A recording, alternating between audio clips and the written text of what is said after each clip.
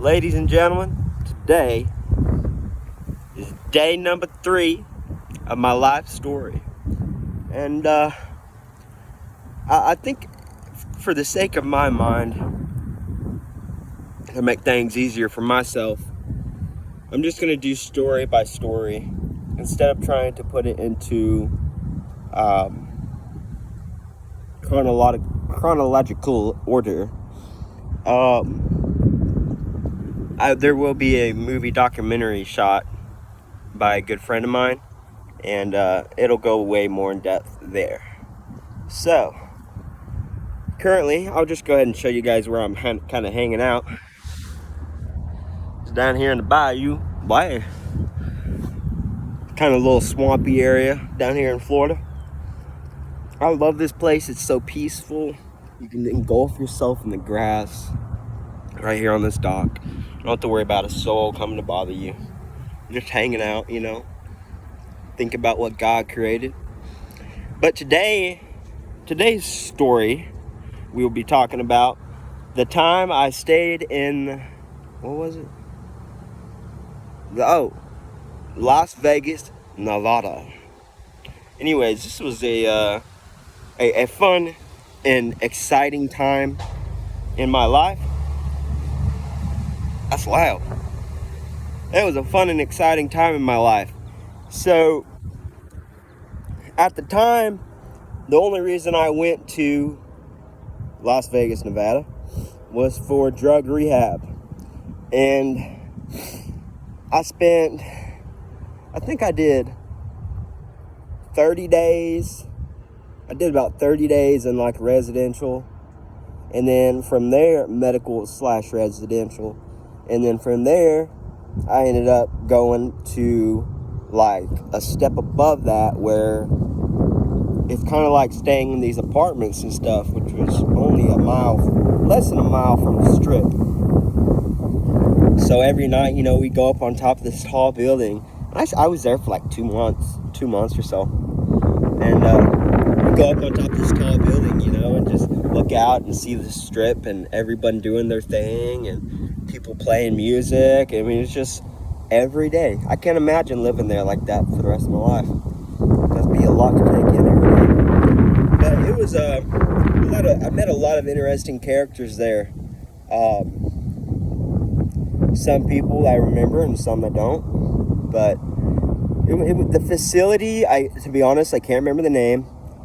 And I've just been to too many, I guess. I kind of quit remembering what they were. But I do remember it's Las Vegas, Nevada. How do you forget that? So anyways, the exciting part of this story, or the downfall to the story, I was doing good for about 30 days. And then I went to this like step down. It's kind of like a halfway house, but it's actually an old motel. It was 2 people per room.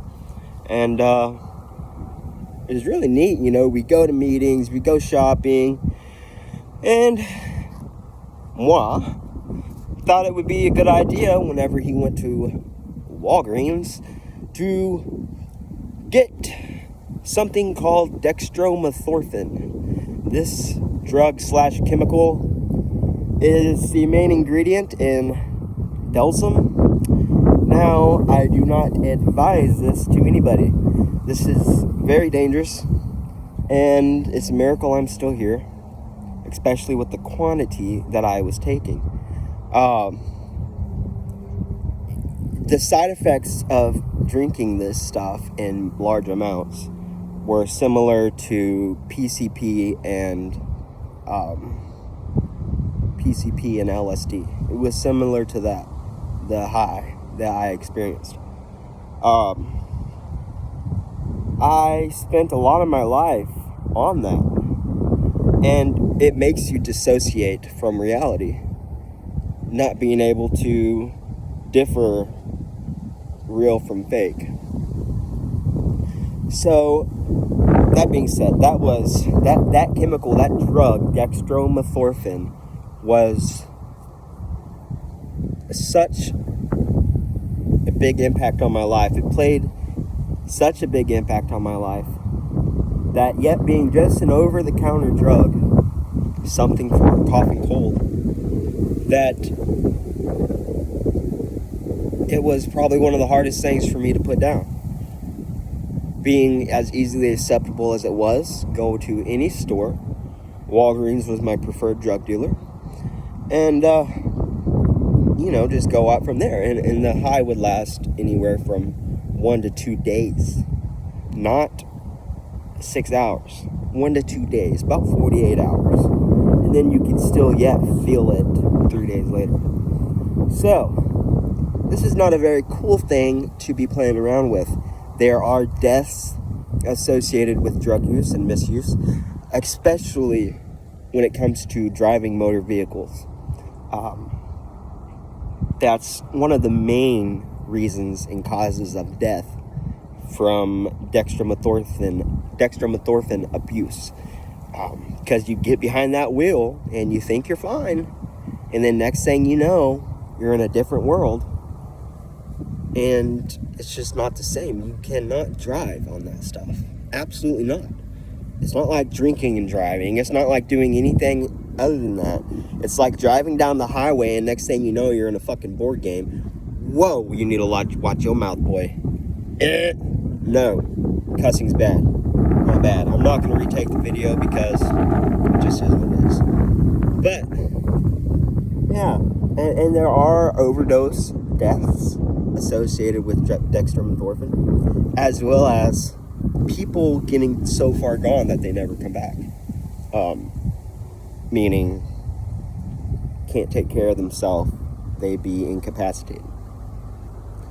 So, that was the drug that I decided to pick up when I was in this program there in Las Vegas. And I did it, and, experienced the experience.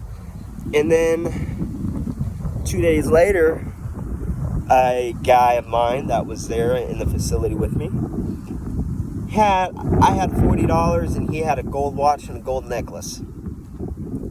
So me being the crazy guy that I was, I decided to jump the facility wall.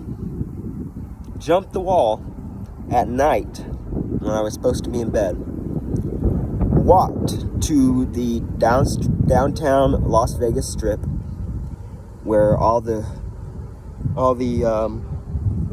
festives were happening, and this was actually the night of Cinco de Mayo. So that was an experience all in itself. So on the way there's a bridge. Okay, so I went to this bridge, underneath this bridge to get to where I was going. And this bridge was probably, I'm trying to think, the length of a football field, maybe. And on both sides, there was probably a 30-foot swath all the way down on both sides of flat ground. And it was just completely filled with homeless people in tents. It was like a tent city.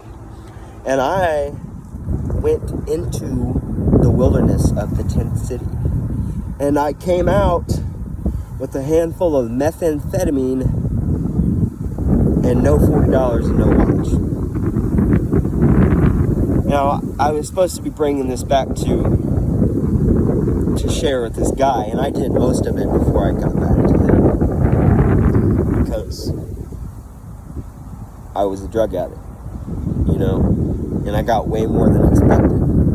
He just dumped it in my hand. Anyways, so now I don't know, that's probably 18 or 19. So I'm in Las Vegas. I've been in treatment for almost 2 months. And now I'm jumped the facility walls, breached the walls, and I am walking the streets of downtown Las Vegas and out of Cinco de Mayo. I get lost. One, probably because I was too high before I ever got back. I got lost. I couldn't find my way back to the facility.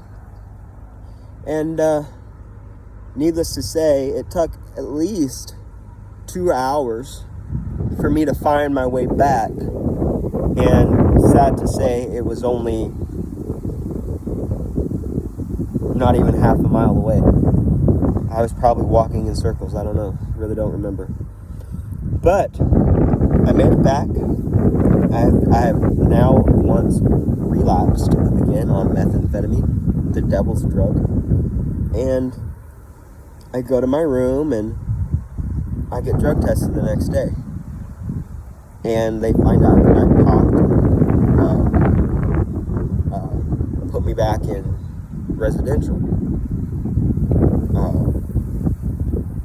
rehab. So that's just a little story. Now, if I just would have not done that, now if I would have had the mindset that I have now, and the ability to give myself, I'm trying to word this correctly, the ability to give myself the credit and admiration that I need to stay sober, I would have 6 years sober. But sadly, because of a decision that I made, I went out for more years. I went out for at least 2 or 3, 4 more years. 5 more years at least. And now here I am at 23, and I'm living in Florida, and I only got 1 year sober. And I say only because I'm pushing myself. I want to be those guys that walks up in a meeting and has got 30 years sober from everything. Well, besides nicotine. Gotta have that. No, and I'm actually, I feel like I'm gonna let that go soon, because just what's the point? It's not benefiting me in any way. Besides, the only benefit that I get from it is not going into withdrawal from nicotine. That's it. So, if any of you guys are out there thinking about quitting smoking, just put it into realization and look at it for what it is. It's a waste of money. The only benefit you have. Okay, so you have people be like, I need a cigarette. Why? Oh, I need a cigarette. It's going to calm me down. Okay, stupid. Yeah, I just said stupid. Okay. So you're telling me that this nicotine, which is a neurological stimulant, is supposed to calm you down? No. The only thing that it is relieving is the withdrawal from your last cigarette. Now, I'm not one to talk because I still do it, but I just want to put it into realization for people that it's a waste of money and there's no beneficial factor from it at all, and it shortens your life. But that's just a little story about me living in Las Vegas for a little over 2 months, and met some off-the-wall people there. There are some characters there, and I actually did make my way back to Las Vegas another time, but that's for another time. Anyways, I love everybody out there. This is only a 15-minute video today, so I hope you guys enjoy, and I'll show you guys one last time my little view I got here. So this is the life. This is the life you're supposed to live. You're supposed to stay sober. This is what God wants for us. It's just up to you about what you're going to do with it. And grab it by the cojones. Take control. God bless you guys. Love you.